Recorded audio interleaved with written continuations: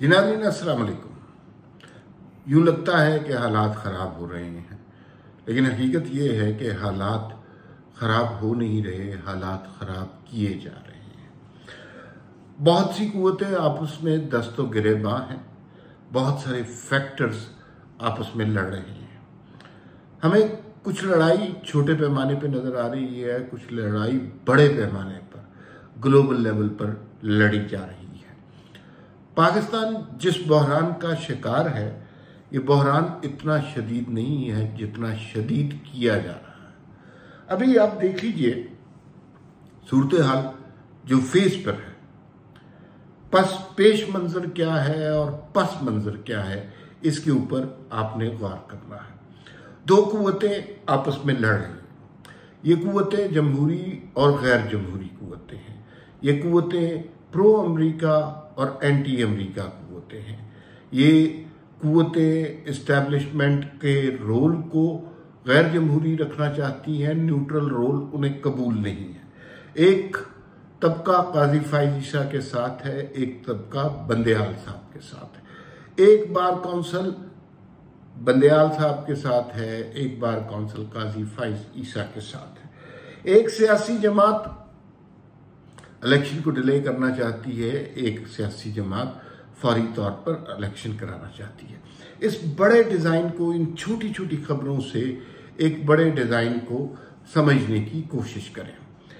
एक तस्वीर आई, उसमें पाकिस्तान के वजीर खारजा, सऊदी अरब के वजीर खारजा, ईरान के वजीर खारजा और चाइना के वजीर खारजा की मुश्तरका तस्वीर थी। इसका मतलब ये है कि ये इंडिकेशन है कि इस खित्ते में एक नया ब्लॉक बनने जा रहा है। कुछ नई कुव्वतें सुपर पावर बनने वाली हैं। उनमें से एक कुव्वत चीन है। पाकिस्तान की इस्टेब्लिशमेंट हमेशा से अमेरिका की गुलाम रही है। अमेरिका का एक फ़ोन आया, जनरल मुशर्रफ की जुर्रत नहीं हुई आगे से कुछ कह सके और अपने लोगों पर बमबारी करना शुरू कर दी। अपने लोग पकड़ पकड़ कर बाहर भेजना शुरू कर दिए, गिरफ्तार करके, उसके बदले पैसे वसूल किए। लेकिन ये सब कुछ हुआ।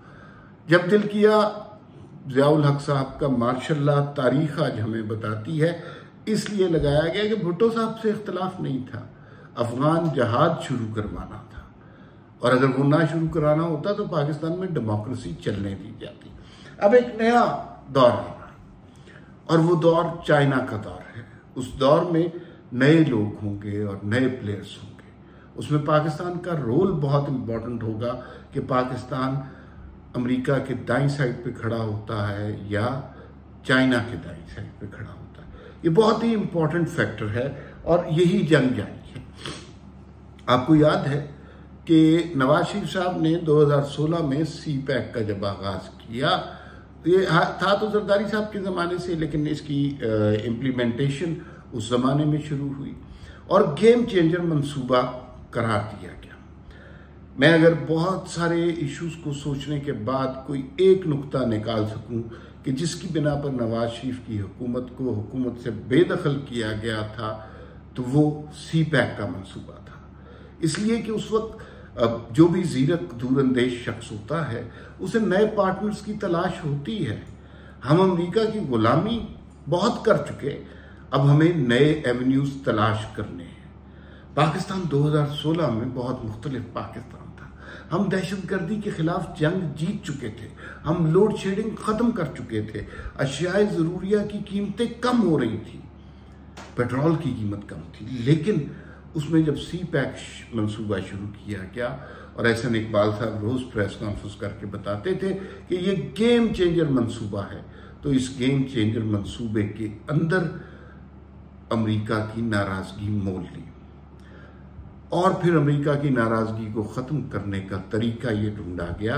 और ये तरीका मैंने, आपने, इमरान खान ने नहीं ढूंढा, ये तरीका इस्टेब्लिशमेंट ने ढूंढा कि किसी तरह नवाज शरीफ की हुकूमत से जान छुड़ाई जाए और उसके बदले एक हाइब्रिड हुकूमत लाई जाए जो CPEC के मंसूबे को तबाह कर दे, जो जमहूरियत को ख्वाब ही रहने दे और वो ख्वाब कभी पूरा ना होने दे।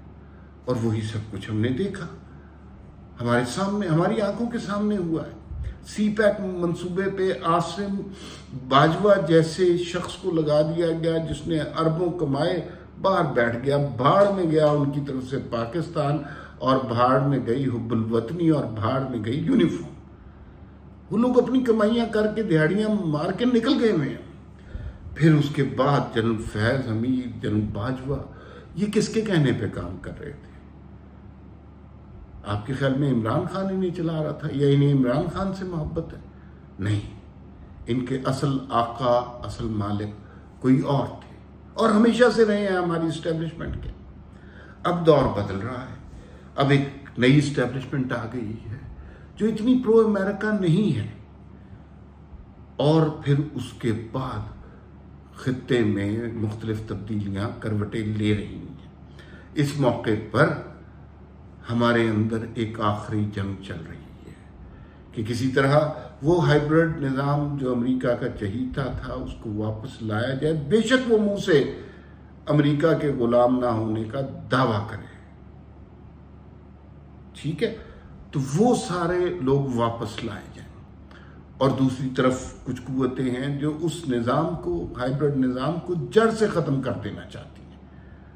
वो आपस में दस्तों के गिरबान है। ये अब आखिरी जंग हो रही है जो सुप्रीम कोर्ट में और हुकूमत के दरमियान है। आज क्या हुआ?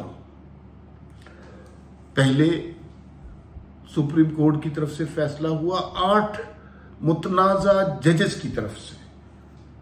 अब उनको मुतनाज़ा कहा जा सकता है, बच्चा बच्चा थूक रहा है उनके ऊपर, और उस सब के बावजूद वो 8 जजेस का बेंच बना और उसने कहा जी कि ये जो पार्लियामान जो हरकत करने की कोशिश कर रही है, सदर के पास कानून भी जाएगा तो वो नहीं बन सकता। पार्लियामान कहती है कि हम सुप्रीम हैं। पार्लियामान ने कहा कि अगर इस तरह की कोई कार्रवाई हुक्म आया तो उस बेंच को ही हम तस्लीम नहीं करते। ये बहुत खतरनाक है। फिर खबरें आई कि चीफ जस्टिस के जो चैम्बर में बहुत से सीनियर जजेस गए और वहां पे बहुत शदीद किस्म के इख्तलाफात की खबरें आई हैं। तल्ख कलामी हुई है, और तल्ख कलामी ऐसी हुई है कि जिसकी आवाजें बाहर तक लोगों ने सुनी हैं। तो ये अदलिया का हाल हो गया है। अदलिया की क्रेडिबिलिटी जीरो कर दी है, और बंदयाल साहब डटे हुए हैं इसलिए कि वो उन कुव्वतों के साथ लगे हुए थे जो प्रो अमेरिका कुव्वतें थी, वही अब चला रही हैं, और इससे हमारी जुडिशरी के इंस्टीट्यूशन को खत्म किया जा रहा है। लेकिन ऐसा इंडिया में भी हुआ, 2 सुप्रीम कोर्ट्स बन गई, एक अपना हुक्म देती थी, दूसरा उसका हुक्म को रिजेक्ट कर देती थी, और कंफ्यूजन फैलता गया। वहां पे तो कभी मार्शल लॉ नहीं लगा, यहां पे हमें खतरा जरूर रहता है कि मार्शल लॉ लग जाएगा। लेकिन अब हालात मार्शल लॉ वाले नहीं हैं, अब हालात करवटें बदल रहे हैं। मसला सारा ये है कि अगर ये सुओ मोटो वाला कानून के चीफ जस्टिस के इख्तियारात महदूद हो गए तो पुराने सुओ मोटो केसेस भी निकाले जाएंगे। उसमें नवाज शरीफ का केस भी है, जहांगीर तरीन का केस भी है। कोशिश ये की जा रही है एक तबके की तरफ से कि वो सारे इस पूरे पाकिस्तान को 2016 से रीस्टार्ट किया जाए। और कुछ लोग ऐसे हैं कि जो इमरान खान के बहाने, इमरान खान का फेस सामने रख के इस मुल्क में इंतशार फैलाना चाहते हैं। अदलिया की जंग आज खत्म नहीं होगी, ये जंग अगले दिनों में ज्यादा वाज़ेह नजर आएगी। सुप्रीम कोर्ट ज्यादा बड़ी चीज है या पार्लियामान बड़ी चीज है, ये चंद दिनों में वाज़ेह होगा। लेकिन याद रखिए कि पार्लियामान की अहमियत ज्यादा है, सुप्रीम कोर्ट से ज्यादा है। आप ये सोचते होंगे कि सब कुछ जानते हुए कि आगे बंदयाल साहब का क्या हश्र होना है, साकिब निसार वाला ये पीछे क्यों नहीं हट रहे, जनरल फैज हमीद जैसी कुव्वतें पीछे क्यों नहीं हट रही, उनके दरपर्दा काम करने वाले लोग बाज क्यों नहीं आ रहे? उसकी एक वजह यह है कि दोनों जमहूरी और गैर जमहूरी कुव्वतें इतने नेकेड तरीके से एक दूसरे के मुकाबले आ गई हैं कि अब ये सर्वाइवल का मसला बन गया है। अब मामलात अफाम तफहीम से तय नहीं हो सकते। अब एक शख्स हारेगा, एक शख्स जीतेगा, एक शख्स जिंदा रहेगा, एक शख्स मरेगा।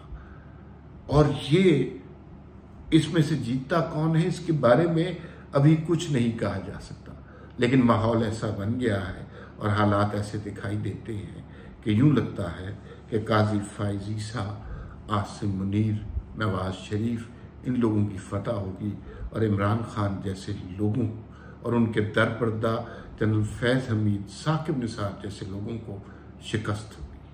फिर वक्त इतना ही, फिर मुलाकात होगी। अल्लाह हाफ़िज़।